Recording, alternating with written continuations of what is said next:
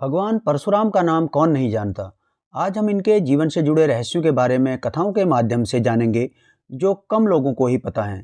कहानी शुरू करने से पहले आपसे निवेदन है कि धर्म के कार्य को बढ़ाने हेतु हमारे चैनल को सब्सक्राइब व शेयर और लाइक करें और कमेंट बॉक्स में जय श्री राम अवश्य लिखें। आइए शुरू करते हैं। भगवान परशुराम एक ब्राह्मण परिवार में जन्मे थे। इनके पिता का नाम जमदग्नि ऋषि था, अर्थात वे एक बहुत ही ज्ञानी ऋषि थे, और माता का नाम रेणुका था। भगवान परशुराम को विष्णु भगवान का छठा अवतार माना जाता है। इनका जन्म वैशाख तृतीय शुक्ला को हुआ था। महर्षि जमदग्नि ने पुत्रेष्टि यज्ञ कर देवराज इंद्र को प्रसन्न किया। तत्पश्चात इंद्र ने इनकी पत्नी रेणुका को पुत्र प्राप्ति का वरदान दिया। परशुराम महर्षि जमदग्नि व रेणुका के पांचवें पुत्र थे। इनका जन्म स्थान भारत में मध्य प्रदेश का इंदौर जिला माना जाता है, जहाँ पर जानापाव पर्वत नाम की जगह है। जानापाव पर्वत पर इनका जन्म स्थान माना जाता है। भगवान परशुराम का प्रसिद्ध होने का जो मुख्य कारण है वह है अहंकारी व धृष्ट हेहयवंशी क्षत्रियों का पृथ्वी से 21 बार संहार किया जाना। आपने रामचरितमानस में सुना होगा कि जिस समय श्री रामचंद्र जी ने शिव जी के धनुष को तोड़ दिया तो लक्ष्मण के साथ इनका जो वाद विवाद हुआ था, उसमें रामचरितमानस में तुलसीदास जी लिखते हैं परशुराम की कही हुई पंक्तियों को, सहस बाहु भुज छेदन हारा अल्प बिलोक महीप कुमारा। अर्थात वो बताते हैं कि मैंने सहस्त्र बाहु की भुजाओं को काट कर अलग कर दिया था। ऐसा माना जाता है कि भारत के अधिकतर ग्राम भगवान परशुराम द्वारा ही बसाए गए हैं। उनका उद्देश्य हिंदू व वैदिक संस्कृति को विस्तृत करना, अर्थात उसका प्रचार प्रसार करना था।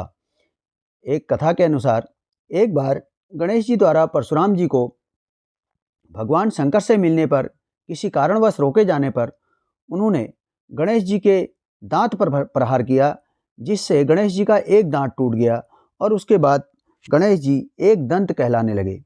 भगवान परशुराम का उल्लेख विभिन्न कालखंडों में मिलता है और कहा जाता है कि वे कलिकाल अर्थात कलयुग के अंत में भी अवश्य दिखाई देंगे।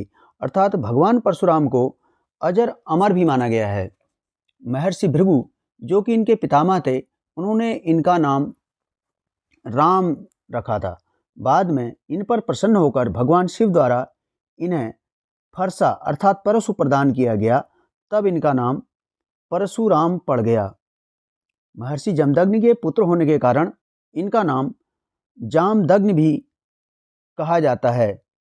अब आइए इनका आगे का जीवन परिचय हम कथाओं के माध्यम से समझते हैं।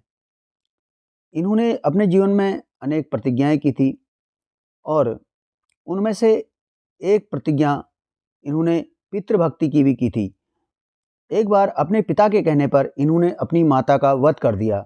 तो जानते हैं कि इन्होंने अपनी माता का वध क्यों किया।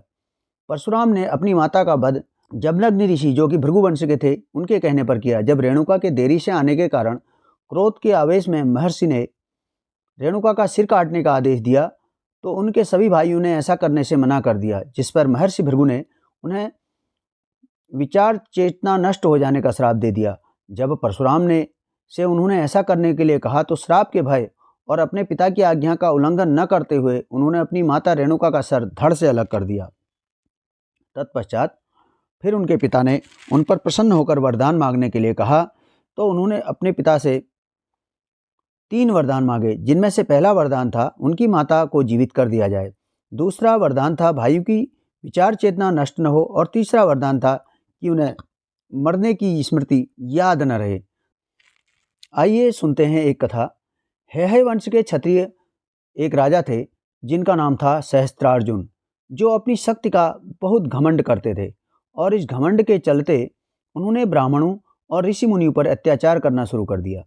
ऐसे ही एक बार सहस्त्रार्जुन अपनी सेना लेकर भगवान परशुराम के पिता महर्षि जमदग्नि के आश्रम पहुंच गया। महर्षि जमदग्नि ने सेना का खूब आदर सत्कार किया। तत्पश्चात उन्होंने उनका अच्छे ढंग से खान पान की व्यवस्था भी की। महर्षि जमदग्नि ने आश्रम में मौजूद चमत्कारिक गाय, जिसका नाम कामधेनु था, उसके दूध से समस्त सैनिकों को मिष्ठान और दूध से बने हुए सुंदर भोजन कराए। और तत्पश्चात समस्त सैनिकों की भूख को शांत किया।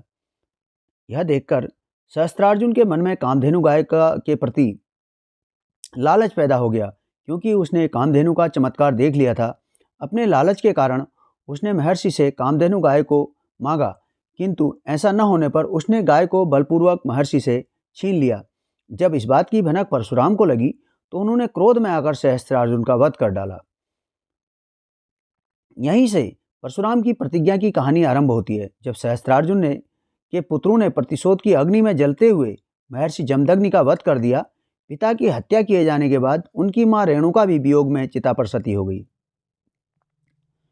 परशुराम ने अपने पिता के शरीर पर 21 घाव देखे थे। इन घावों को देखते हुए ही उसी क्षण परशुराम जी ने प्रतिज्ञा कर ली कि इस धरती से समस्त क्षत्रिय वंशों को 21 बार में संहार कर देंगे। इस प्रकार कहा जाता है कि उन्होंने इस धरती पर 21 बार क्षत्रियों का संहार किया। किंतु हम जानते हैं कि भगवान परशुराम सभी के पूजनीय हैं, चाहे वह किसी भी धर्म जाति को मानने वाला हो, अर्थात वह एक महान वीर योद्धा और हिंदू जाति के पूज्य माने जाते हैं। इस प्रकार से हम जानते हैं कि भगवान परशुराम एक महाबली योद्धा भी थे, जो ब्राह्मण होते हुए भी अपने कार्य को करने के लिए क्षत्रिय बने। परशुराम के कई शिष्यों का उल्लेख भी धर्म ग्रंथों में मिलता है, जिसमें से भगवान परशुराम की धनुर्विद्या सीखने वाले शिष्य स्वयं भीष्म पितामह थे और गुरु द्रोणाचार्य और अंगराज कर्ण भी उनके शिष्य थे, जिन्होंने महाभारत के युद्ध में 17 दिनों तक युद्ध की कमान संभाले रखी थी। इस प्रकार से भगवान परशुराम एक बहुत ही वीर योद्धा थे और उनके द्वारा सिखाए हुए शिष्य बहुत ही महान धनुर्धर बने। अधर्म के प्रति सदैव क्रोधपरायण रहने वाले भगवान परशुराम जी ने अश्वमेध महायज्ञ का आयोजन कर सप्तद्वीप युक्त पृथ्वी महर्षि कश्यप को दान स्वरूप दे दी थी और उनके आदेशानुसार स्वयं महेंद्र पर्वत पर चले गए और आज भी वहीं निवास करते हैं। एक समय भगवान परशुराम जी भगवान शिव के दर्शन हेतु कैलाश भी गए, जिसकी कथा हम आपको पहले सुना चुके हैं, जिसमें उनको गणेश जी द्वारा रोके जाने पर उन्होंने गणेश जी के दांत पर प्रहार कर लिया, जिस कारण गणेश जी एक दंत कहलाने लगे। इस प्रकार से भगवान परशुराम ब्राह्मण होते हुए भी अपने कर्म को पूर्ण करने के लिए क्षत्रिय रूप में अपने रूप को उन्होंने दिखाया और ब्राह्मण होते हुए भी क्षत्रिय कार्य किया। भगवान परशुराम जी के बारे में त्रेता युग में रामावतार के समय की भी कथा है। रामावतार के समय शिव जी का धनुष भंग होने पर परशुराम जी आकाश मार्ग से होते हुए मिथिलापुरी पहुँचे। सबसे पहले उन्होंने शिव जी के धनुष के टूटने पर अर्थात उसके भंग होने पर वहाँ क्षत्रिय सभा को भयाकुल कर दिया। उन्होंने कहा कि मुझे संपूर्ण विश्व जानता है और मैं क्षत्रिय कुल का द्रोही हूँ।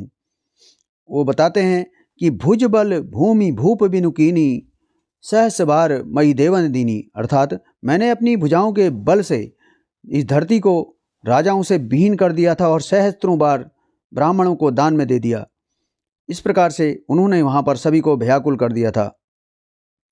तत्पश्चात तो राम से बोले, सुनहु राम जेहि शिव धनु तोरा सहस बाहु समसोर रिपु मोरा।